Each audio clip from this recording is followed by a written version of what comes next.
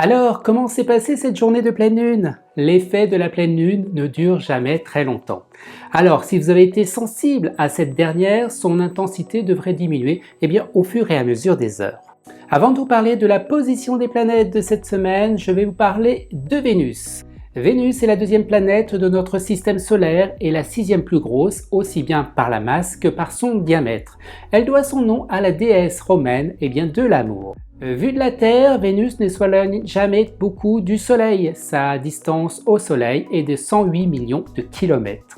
Mais contrairement à notre planète, Vénus présente une atmosphère opaque qui nous empêche d'observer sa surface.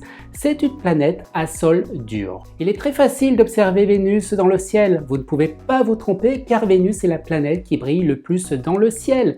On dit que c'est l'étoile du Berger. Oui, Vénus est bien la planète de l'amour et de l'harmonie. Elle gouverne à la fois le signe du Taureau pour sa sensualité, mais aussi le signe de la Balance pour sa sensibilité.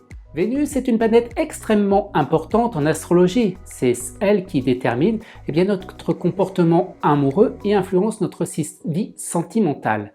Sa position dans un thème est donc d'une importance capitale.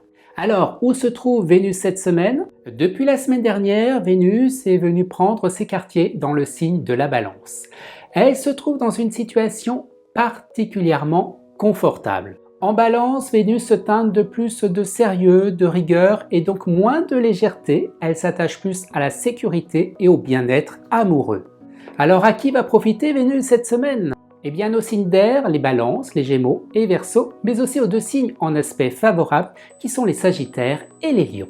Cette semaine, tout va se jouer dans le signe de la Vierge, qui d'ailleurs sera le chouchou des astres. En effet, le Soleil s'installe en Vierge et rejoint au passage Mercure et Mars. Pendant un mois, le Soleil est dans le signe de la Vierge. Au passage, on n'oublie pas de souhaiter un joyeux anniversaire à nos natifs de la Vierge. Le Soleil en Vierge apporte plus de discipline, plus de rigueur. Il va apporter une marque d'intérêt à notre quotidien, le souci du détail et l'efficacité. On dispose d'un esprit beaucoup plus analytique et pragmatique et pratique. Alors, à qui va profiter ce Soleil? À nos signes de terre qui sont la Vierge, le Taureau et le Capricorne, mais aussi à nos deux signes en aspect favorable, le Cancer et le Scorpion. Ensuite, nous allons bien sûr parler de Mercure. Mercure qui est la planète de la communication, qui aussi va se trouver dans le signe de la Vierge. En Vierge, Mercure est très puissante et exprime toutes ses qualités de manière harmonique. L'intelligence est mise en avant dans les échanges.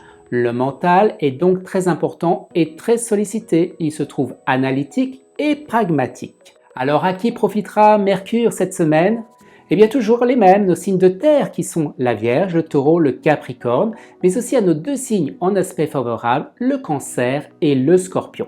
Ensuite, voyons la position de Mars, la planète qui va nous apporter l'énergie dont nous avons besoin. Mars est toujours en place dans le signe de la Vierge. Mars est comme un stimulant, mais aussi peut entraîner un peu de fatigue car Mars est très puissante lorsqu'il est dans le signe de la Vierge.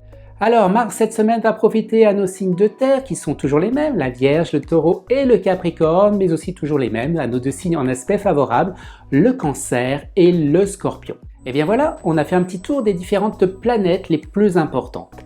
Alors, avant de vous quitter, voici mon top 3 des signes de cette semaine. La troisième position va être pour le signe du Scorpion, la deuxième position pour le signe de la Balance, pour l'amour, et la première position pour la Vierge qui est très sollicitée en ce moment.